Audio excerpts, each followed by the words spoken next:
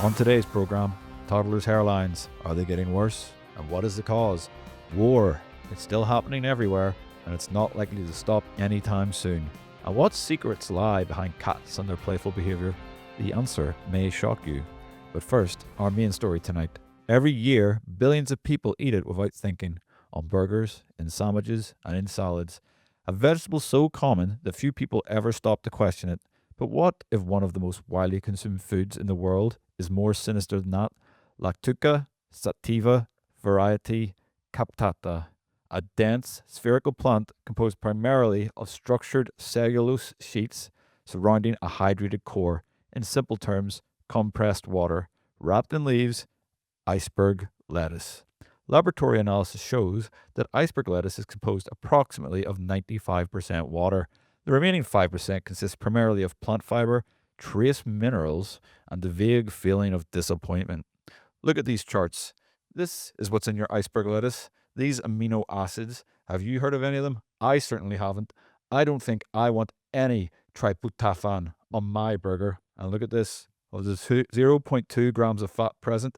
18% of it is totally saturated. Sickening. And it may not just be your health in question here. What about our planet's health? If iceberg lettuce is 95% water, I ask you this. Where is all that water coming from? We're using all this water for a measly amount of calories. One head of iceberg lettuce contains roughly 105 calories. Every year, billions of liters of water are used to grow this vegetable, if you can even call it that, to produce what is essentially crunchy water. Water that I personally believe has no meaningful benefits. At some point, the question has to be asked, why are we doing this? Our field reporters ran an informal survey to gauge the public's thoughts and opinions surrounding this leafy green.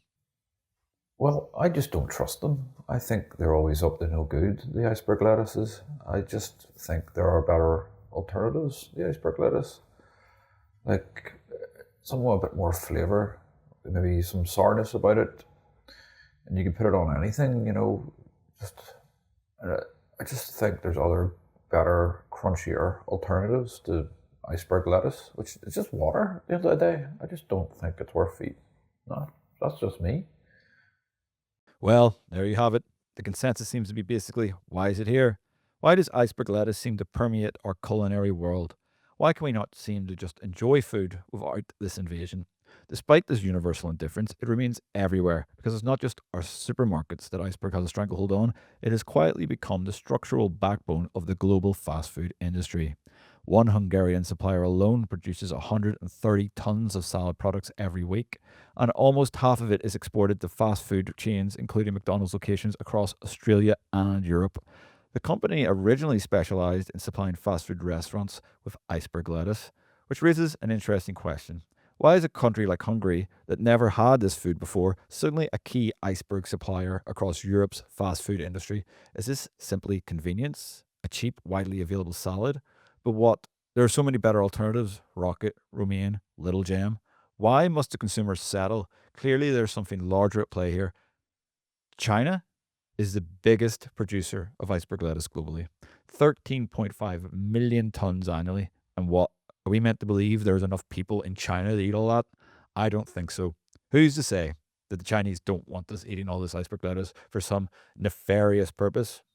Let's look at the facts. In the past 10 years, there's been a steady decrease in the volume of iceberg lettuce being produced and consumed. And as you can see, the decrease totals £1 billion. Interestingly, alongside this decline, the number of people smoking cigarettes has significantly decreased. So what exactly is in iceberg lettuce that compels people to smoke? Iceberg lettuce isn't dangerous on its own, it isn't poisonous, and it clearly isn't controlling the global food supply. But then again, what if it was? So the next time you open a burger and see that pale green crunch staring back at you, ask yourself one simple question. Why iceberg?